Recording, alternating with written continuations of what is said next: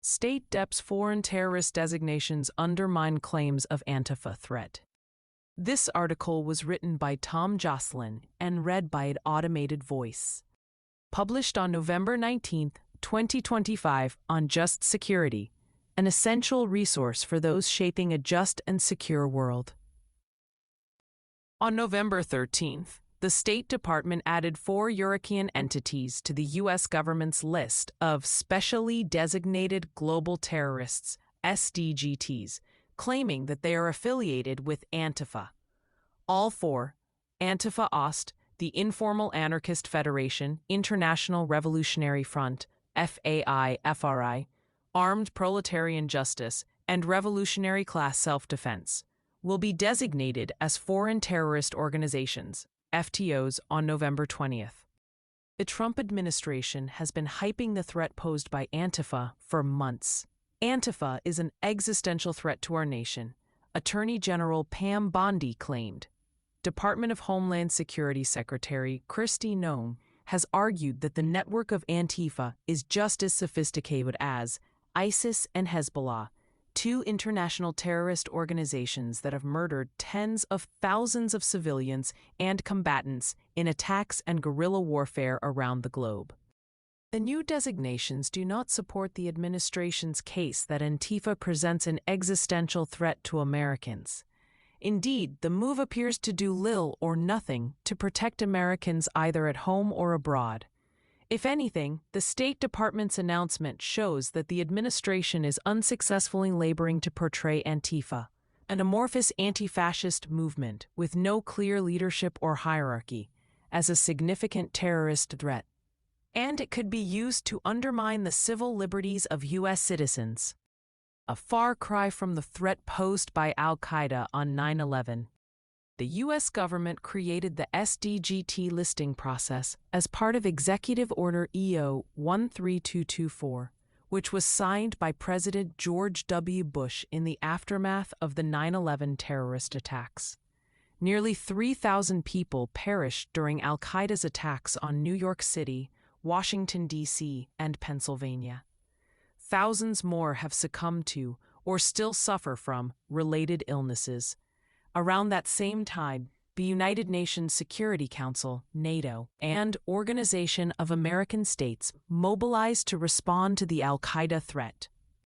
From that moment forward, the SDGT list created a powerful tool overseen by the U.S. Treasury Department to cut off the international finances of terrorists capable of such large-scale attacks. Prior to the second Trump administration, the overwhelming majority of entities on the list were associated with al-Qaeda, ISIS, Iranian proxies, or other global terrorist networks that had killed or threatened Americans. The threat posed by the 4 newly designated entities, which have been responsible for small-scale attacks resulting in minimal casualties outside of the United States, falls far short of al-Qaeda or the other global terror networks previously designated. The State Department does not allege that any of the newly designated entities are capable of 9/11-style attacks. The department does not claim that any Americans have been killed in their operations, nor has the department demonstrated that they endanger Americans or U.S. interests either at home or abroad, even though such threats are a prerequisite for inclusion on both the SDGT and FTO lists, which are authorities statutorily provided through congressional legislation. Indeed, the relevant statute giving the Secretary of State authority to designate an FTO requires the terrorist activity of the organization threatens the security of United States nationals or the national security of the United States. Under EO 13224, the Secretary of State is authorized to designate foreign individuals or entities that he determines have committed or pose a significant risk of committing acts of terrorism that threaten the security of U.S. nationals or the national security, foreign policy, or economy of the U.S. The criteria for inclusion on states' FTO list under Section 219 of the Immigration and Nationality Act, INA, contains similar language. Nothing in the State Department's fact sheet satisfies this criterion. even if one were to read it in the broadest possible manner. Antifa Ost's followers have engaged in street fights with suspected fascists in Germany and Hungary. More on that below. The FAI-FRI primarily operates in Italy, has affiliates elsewhere, and has threatened political and economic institutions in other countries, but the State Department does not claim it has plotted against the U.S. government or Americans. The remaining two entities, Armed Proletarian Justice and Revolutionary Class Self-Defense, are based in Greece and have targeted the Greek government and police. The latter group, Revolutionary Class Self-Defense, has claimed responsibility for two minor attacks in Greece that resulted in little damage and no injuries. As Reuters reports, such attacks are hardly new, as small-scale attacks on businesses, police, politicians, and embassies are frequent in Greece, which has a long history of political violence by leftist and anarchist groups. If the Trump administration has intelligence indicating that these groups pose a real threat to Americans, the U.S. government, or its interests, then it should present it. The publicly available evidence does not support such a conclusion. Instead, the evidence shows that the targeted networks are responsible for a low level of violence in European countries. Inflating the threat posed by Antifa. The Trump administration has not clearly defined what it means by Antifa. Experts have long recognized that Antifa is an amorphous movement with no clear national, let alone international, leadership or hierarchy. According to a Congressional Research Service (CRS) assessment published in 2020, the U.S. Antifa movement appears to be decentralized, consisting of independent, radical, like-minded groups and individuals, and lacks a unifying organizational structure or detailed ideology. The first Trump administration's national security leaders agreed with this assessment. As mentioned above, in contrast, DHS Secretary Noem has compared Antifa's network to ISIS and Hezbollah. She also compared Antifa to international criminal gangs, such as MS-13 and Tren de Aragua, as well as Hamas. But Antifa lacks the organizational structure and hierarchy of each of these five organizations. Indeed, Noem's comparison inadvertently reveals the weakness of the Trump administration's case, as it has failed to demonstrate how Antifa is a cohesive group or network comparable to the world's leading terrorist organizations. Without specific criteria for defining Antifa, the U.S. government has no firm basis for concluding which groups or individuals belong to it, beyond those who somehow self-identify as its adherents. This opens the door for the Trump administration to abuse the term as a catch-all for left-wing groups and individuals who are broadly opposed to fascism, but may otherwise have no ties to one another. This talk of Antifa untethered to facts is evident in the State Department's treatment of the four foreign entities. Only one of the four entities designated by the State Department, the German-based Antifa Ost, openly brands itself as part of the Antifa movement. But the administration has not alleged that Antifa Ost is connected to any American Antifa adherents. It is not clear what ties, if any, there are between Antifa Ost and the other three entities, which are based in Italy and Greece. Nor is it clear if the other three have any ties to Antifa at all, either in other countries or inside the United States. It appears that the administration is simply conflating other far-left extremists and anarchists with Antifa, as if they are all part of the same network. For instance, the first known American Antifa group was established in Portland, Oregon in 2007. As the State Department itself notes, the anarchist FAI-FRI began operating approximately 4 years earlier, in 2003, meaning that it predates the birth of the American Antifa movement. The Trump administration has not explained why it considers FAI-FRI, which has a long track record of violence on its own, to now be a part of Antifa in any meaningful sense. The Trump administration has not designated neo-Nazi groups banned by Democratic allies. The first entity listed by the State Department is Antifa Ost, also known as Antifa East and the Hammer Gang, a name its adherents earned by wielding hammers in their street attacks. Although Antifa Ost is based in Germany, the Trump administration reportedly did not coordinate its designation process with the German government. It is easy to see why. After the designation was announced, a spokesperson for the German Interior Ministry explained that Antifa Ost's capacity for violence has decreased significantly after a series of arrests, an assessment that directly undermines the Trump administration's desire to portray Antifa as a global menace. Indeed, the State Department does not attribute any attacks to Antifa Ost's adherents since February 2023. That is, more than 2.5 years ago.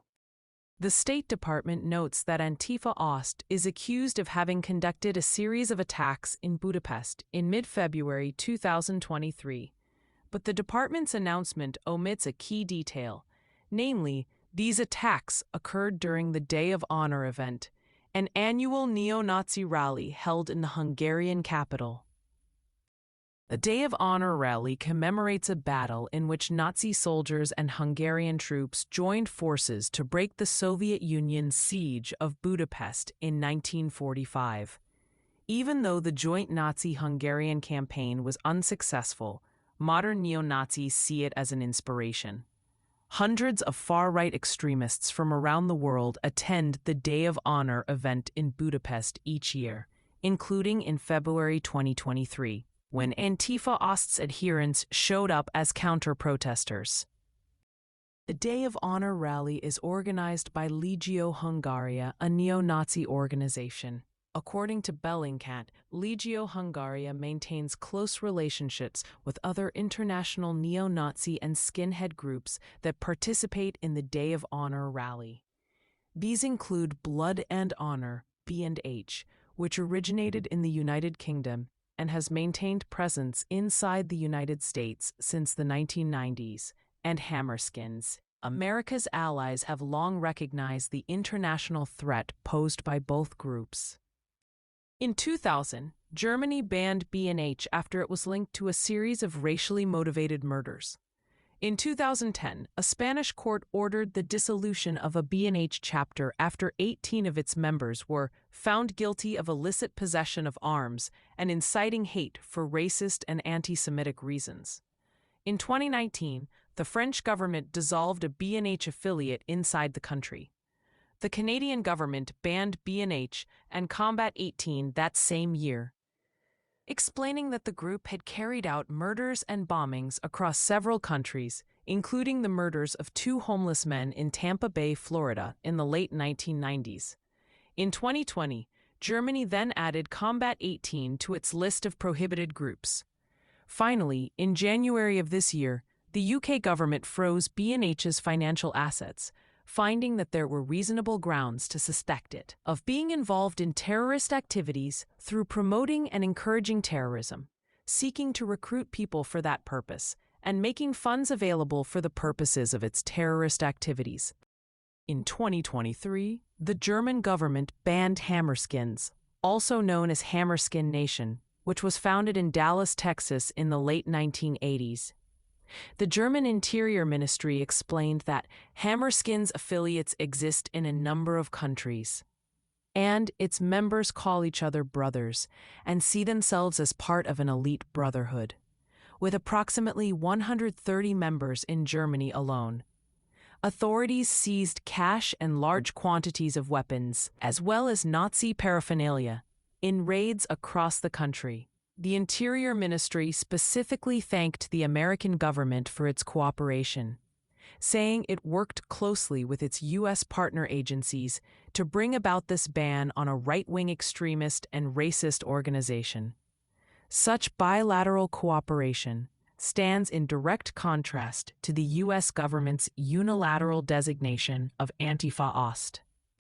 Thus far, the administration has failed to employ the U.S. government's powerful designation authorities against the neo-Nazi organizations that participate in the Day of Honor rally, or any other like-minded groups, even though several allied democratic nations have already done so. Instead, Trump's State Department has followed the course set by Viktor Orban's autocratic regime, focusing the power of the state mainly on the left-wing counter-protesters who clashed with neo-Nazis in Budapest in February 2023. The administration has done so even though the far right was also culpable for the violence. For example, a previous report by the State Department clarified that violence broke out during the 2023 event when extreme right and neo-Nazi groups clashed with anti-fascist counter-protesters. Although local police attempted to ban the rally beforehand, several hundred extreme right and neo-Nazi sympathizers gathered, and anti-fascist demonstrators assaulted several individuals they assumed to be affiliated with the extreme right. The violence was not one-sided, however, as extreme right sympathizers reportedly attacked groups they took to be anti-fascist demonstrators. Concerned that the Trump administration will abuse the designation process to target domestic opposition. Since the murder of Charlie Kirk on September 10th, senior administration officials have repeatedly claimed, without evidence, that a left-wing terrorist network supported by non-governmental organizations, NGOs, threatens the security of Americans. Antifa is the main foe they cite. On September 22nd, President Donald Trump issued an EO deeming Antifa a domestic terrorist organization. The EO lacked legal teeth, as the label does not create any new legal authorities to target groups operating inside the United States. Still, the EO signaled that the administration was probing for ways to conduct a broader crackdown on left-wing groups.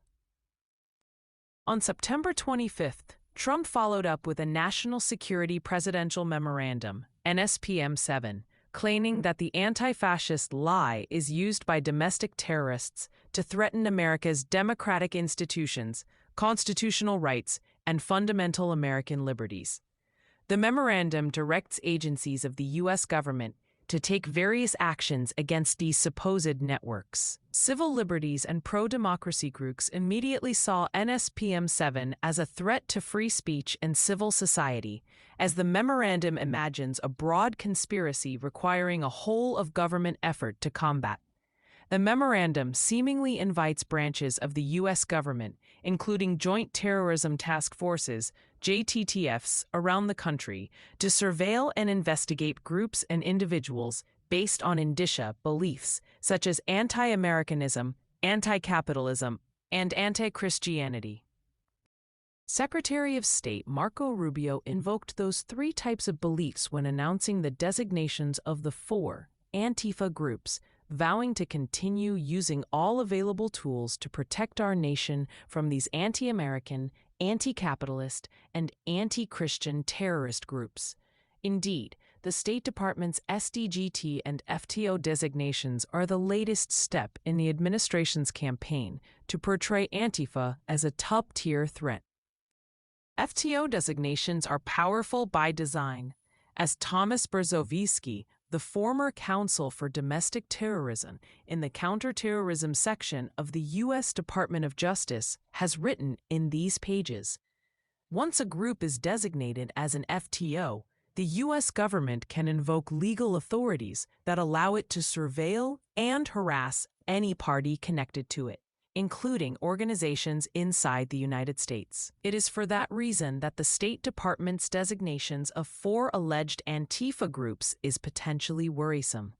Although the administration has not yet branded Antifa in its entirety as an FTO, it is apparently seeking ways to invoke those intrusive authorities against an enemy that is conjured without evidence and conceptually undefined.